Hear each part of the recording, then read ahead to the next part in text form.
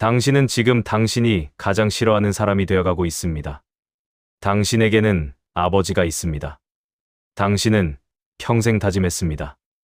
나는 절대 아버지처럼 되지 않을 거야.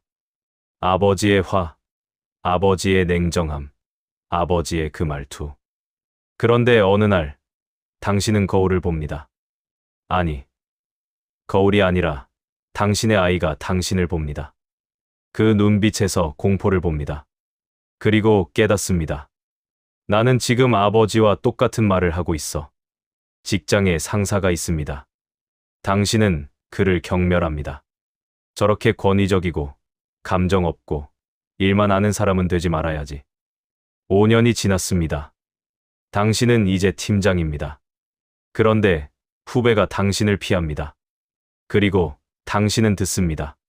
팀장님, 예전 상사님이랑 똑같으세요. 이것은 저주입니다. 우리는 피하려고 할수록 가까워집니다. 싫어할수록 닮아갑니다. 그리고 가장 무서운 것은 그 순간을 놓친다는 사실입니다. 오늘 우리는 인간 심리의 가장 아이러니한 진실 앞에 섭니다. 왜 우리는 증오하는 사람을 닮아갈까요? 왜 거부할수록 흡수될까요? 100년 전, 칼 융은 이것을 그림자라고 불렀습니다. 우리가 부정하는 자신의 어두운 면. 현대 심리학은 이것을 미러 효과와 투사라고 설명합니다. 우리는 타인에게서 우리 자신을 봅니다. 당신이 누군가를 강렬하게 싫어한다면 그것은 당신 안에 같은 것이 있기 때문일 수 있습니다. 그리고 부정할수록 그것은 더 강해집니다. 먼저 한 가지 실험을 해봅시다. 당신이 가장 싫어하는 사람을 떠올려 보세요. 그 사람의 어떤 점이 싫은가요? 구체적으로 3가지를 말해보세요. 이기적이야. 오만해.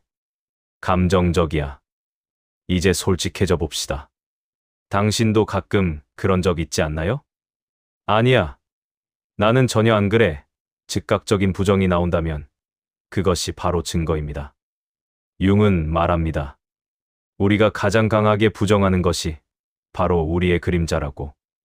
2011년 심리학자들은 흥미로운 연구를 했습니다. 참가자들에게 타인의 성격을 평가하게 했습니다. 그리고 그들 자신의 성격도 평가했습니다. 결과는 놀라웠습니다. 사람들이 타인에게서 가장 싫어하는 특성은 자신도 가지고 있지만 인정하지 않는 특성이었습니다. 예를 들어, 자신이 무의식적으로 이기적인 사람은 타인의 이기심에 특히 민감하게 반응했습니다. 자신의 오만함을 부정하는 사람은 타인의 오만함을 견딜 수 없어 했습니다. 이것을 투사라고 합니다. 우리는 우리 안에 받아들일 수 없는 것을 타인에게 투사합니다. 이제 시간을 1920년대 스위스로 되돌려 봅시다. 칼 융, 프로이트의 제자이자 분석 심리학의 창시자는 인간 정신을 탐구하고 있었습니다. 그는 발견했습니다. 의식 너머에 무의식이 있다는 것을.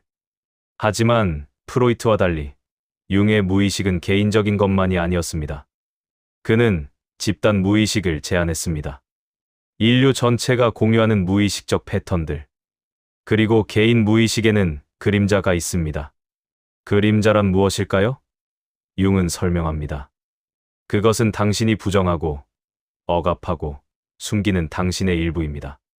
당신의 어두운 면, 받아들일 수 없는 욕망, 부끄러운 충동. 하지만 여기 핵심이 있습니다. 그림자는 악한 것이 아닙니다. 그림자는 단지 의식에서 배제된 것입니다. 예를 들어봅시다. 어릴 때 부모가 말했습니다. 화내면 안 돼. 착한 아이는 화내지 않아. 그래서 당신은 분노를 억압했습니다. 분노를 느끼는 것조차 부정했습니다. 하지만 분노는 사라지지 않습니다. 그것은 그림자로 들어갑니다. 무의식 속으로. 그리고 거기서 자라납니다. 융은 말합니다. 그림자는 3가지 방식으로 드러난다고. 첫째, 투사입니다. 당신은 타인에게서 당신의 그림자를 봅니다. 당신이 분노를 억압했다면 당신은 분노하는 사람들을 견딜 수 없습니다. 저 사람 좀 봐. 왜 저렇게 화를 내? 하지만 진실은 당신도 화가 났지만 표현할 수 없었던 것입니다. 당신이 자신의 욕망을 부정했다면 당신은 욕망을 드러내는 사람들을 경멸합니다. 저 사람 정말 탐욕스러워. 하지만 진실은 당신도 원하지만 인정할 수 없었던 것입니다. 둘째, 무의식적 행동입니다. 그림자는 당신이 모르는 사이 행동으로 나타납니다. 당신은 나는 전혀 공격적이지 않아라고 말합니다. 하지만 당신의 농담은 날카롭고 당신의 침묵은 차갑고 당신의 괜찮아는 공격적입니다. 다른 사람들은 알지만 당신만 모릅니다. 셋째, 꿈입니다. 융은 꿈을 무의식의 언어라고 봤습니다. 그림자는 종종 꿈에서 추격자, 괴물, 어두운 인물로 나타납니다. 그런데 가장 아이러니한 것은 이것입니다. 그림자를 부정할수록 그림자는 더 강해집니다. 그리고 결국 당신을 지배합니다. 융은 유명한 말을 남겼습니다. 당신이 무의식을 의식으로 만들지 않으면 그것이 당신의 삶을 지배할 것이고 당신은 그것을 운명이라고 부를 것이다. 이것이 바로 우리가 싫어하는 사람을 닮아가는 이유입니다.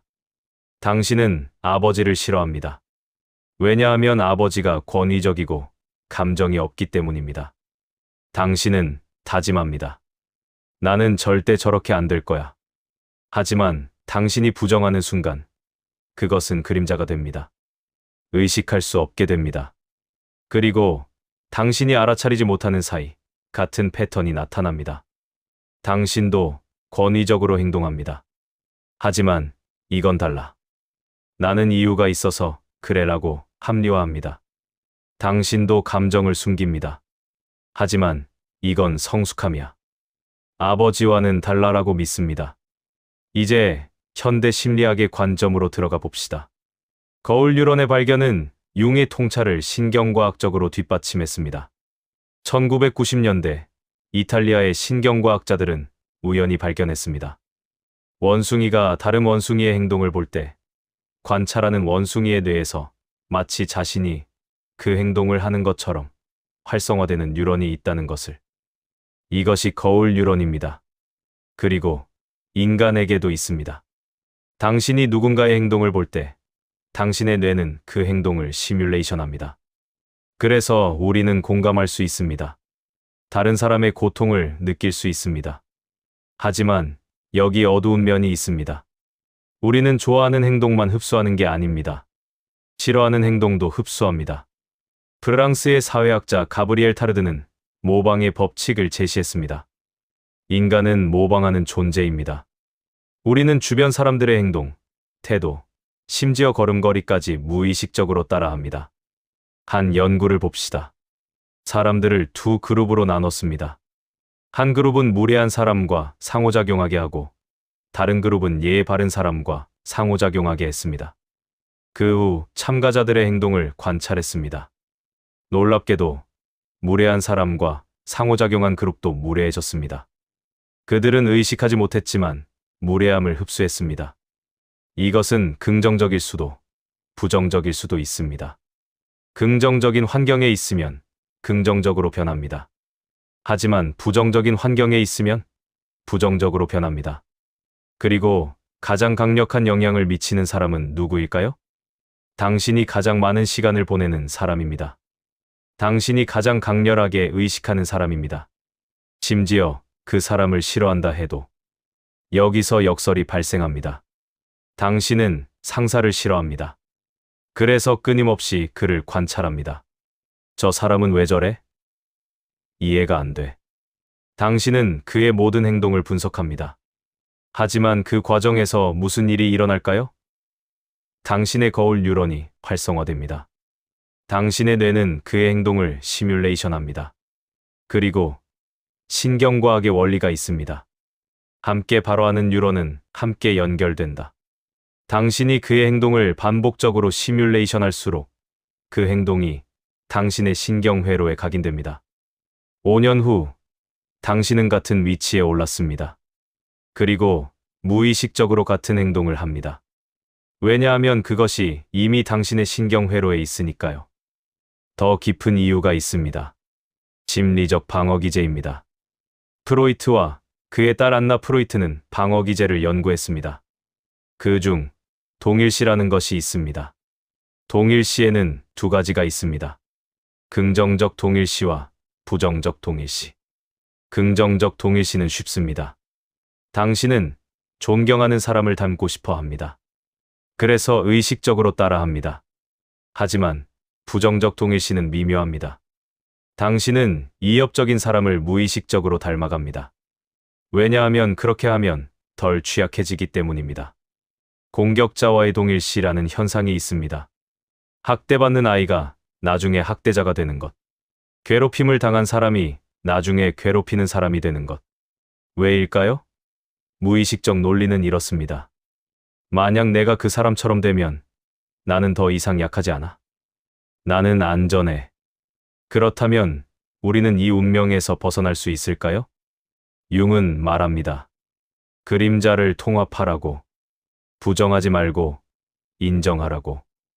이것은 그림자를 행동으로 옮기라는 뜻이 아닙니다. 이것은 그림자를 의식하라는 뜻입니다. 나도 때때로 이기적이다. 나도 때때로 오만하다. 나도 때때로 분노한다. 이것을 인정하는 순간 당신은 그것을 통제할 수 있습니다. 융은 유명한 말을 했습니다. 나는 오히려 온전히 인간이고 싶다. 선하기만 하기보다.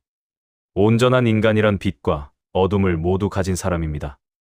긍정적인 면과 부정적인 면을 모두 인정하는 사람입니다. 구체적인 방법을 제시하겠습니다. 첫째, 투사를 인식하세요. 당신이 누군가를 강렬하게 싫어할 때 스스로에게 물으세요. 이 사람의 어떤 점이 나를 이렇게 불편하게 하지? 혹시 나도 그런 면이 있지 않을까? 처음에는 부정이 올라올 것입니다. 절대 아니야. 하지만 조금 더 깊이 들어가 보세요. 정말로? 단 한 번도? 예를 들어, 당신이 이기적인 사람을 싫어한다면, 나는 언제 이기적이었나? 답이 없어라면, 그것은 그림자입니다. 모든 인간은 때때로 이기적입니다.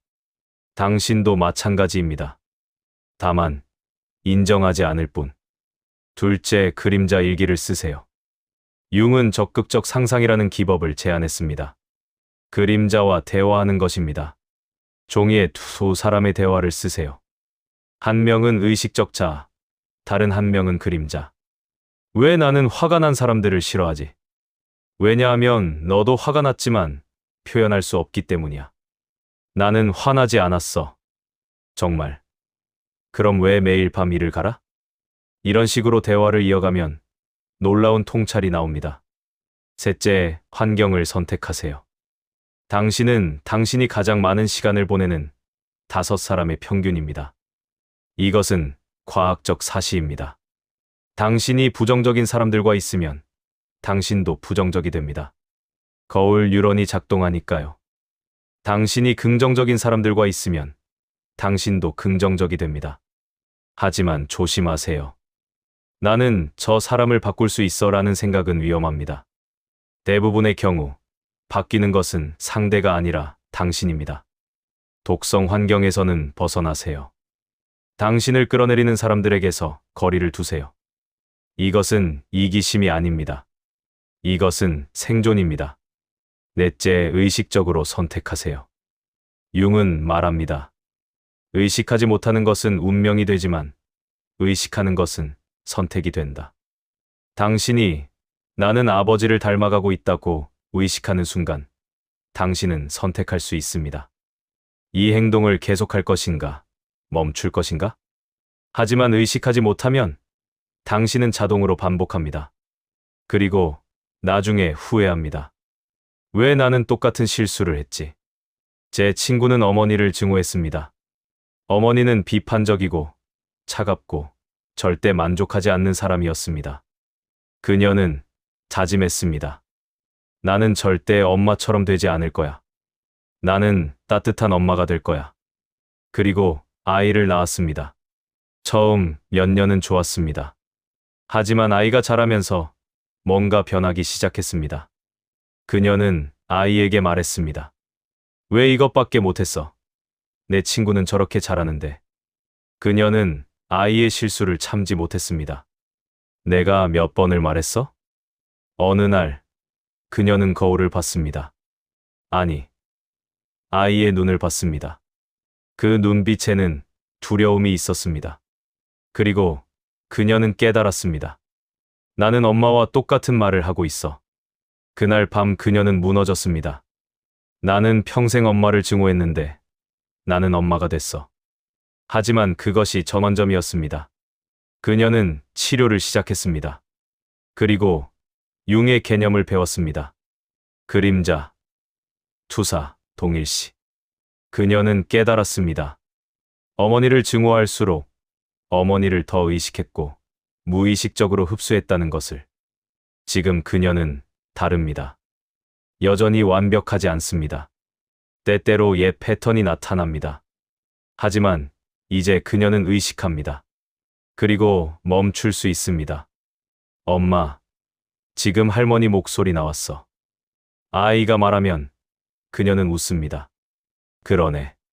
고마워. 엄마가 다시 할게. 마지막으로 융의 가장 심오한 통찰을 나누겠습니다. 그림자는 당신의 적이 아니다. 그림자는 당신의 일부다. 그림자를 통합하는 것이 개성화, 즉 온전한 자기가 되는 과정이다. 그림자는 단지 나쁜 것이 아닙니다. 그림자에는 힘도 있습니다. 창조성도 있습니다. 열정도 있습니다. 당신이 분노를 억압했다면 그림자에는 분노가 있습니다. 하지만 분노는 나쁜 것만이 아닙니다. 분노는 경계를 세우는 힘입니다. 불의에 맞서는 용기입니다. 당신이 욕망을 부정했다면 그림자에는 욕망이 있습니다. 하지만 욕망은 나쁜 것만이 아닙니다. 욕망은 삶의 에너지입니다. 꿈을 이루는 추진력입니다. 그림자를 통합한다는 것은 이것을 인정하는 것입니다. 나는 때때로 화난다. 그리고 그것은 괜찮다. 나는 때때로 욕망한다. 그리고 그것도 괜찮다. 오늘 밤 자신에게 물어보세요. 내가 가장 싫어하는 사람은 누구인가? 그 사람의 어떤 점을 싫어하는가? 그리고 용기를 내서 더 깊이 물어보세요. 혹시 나도 그런 면이 있지 않을까? 내가 부정하고 있는 나의 일부는 무엇일까? 답을 찾으려 애쓰지 마세요. 질문만으로 충분합니다. 그 질문이 무의식을 의식으로 가져옵니다. 그리고 내일 한 가지를 실천해 보세요. 당신이 누군가를 비판하고 싶을 때 잠시 멈추세요. 나는 지금 뭘 투사하고 있나? 내 안에 무엇을 저 사람에게서 보고 있나? 당신은 싫어하는 사람을 닮아가고 있습니다. 하지만 이제 당신은 알고 있습니다. 그리고 아는 것이 바꾸는 첫걸음입니다. 그림자는 적이 아닙니다. 그림자는 당신의 일부입니다. 통합하세요. 온전해지세요. 왜냐하면 융이 말했듯이 당신이 빛으로 가득하려 할수록 그림자는 더 어두워진다. 진정한 빛은 그림자를 인정하는 데서 나옵니다. 오늘 이야기가 당신에게 작은 깨달음이라도 전할 수 있었기를 바랍니다. 이처럼 깊은 심리적, 철학적 통찰을 통해 당신의 삶을 변화시키는 이야기는 계속될 것입니다. 만약 오늘 영상이 도움이 되셨다면 좋아요를 눌러주시고 채널을 구독해주세요. 여러분의 관심이 저희가 더 좋은 콘텐츠를 만드는 큰 힘이 됩니다. 또한 이 영상에 대한 여러분의 생각을 댓글로 남겨주시면 저희에게 큰 영감과 소중한 의견이 될 것입니다. 다음 영상에서 다시 만나겠습니다.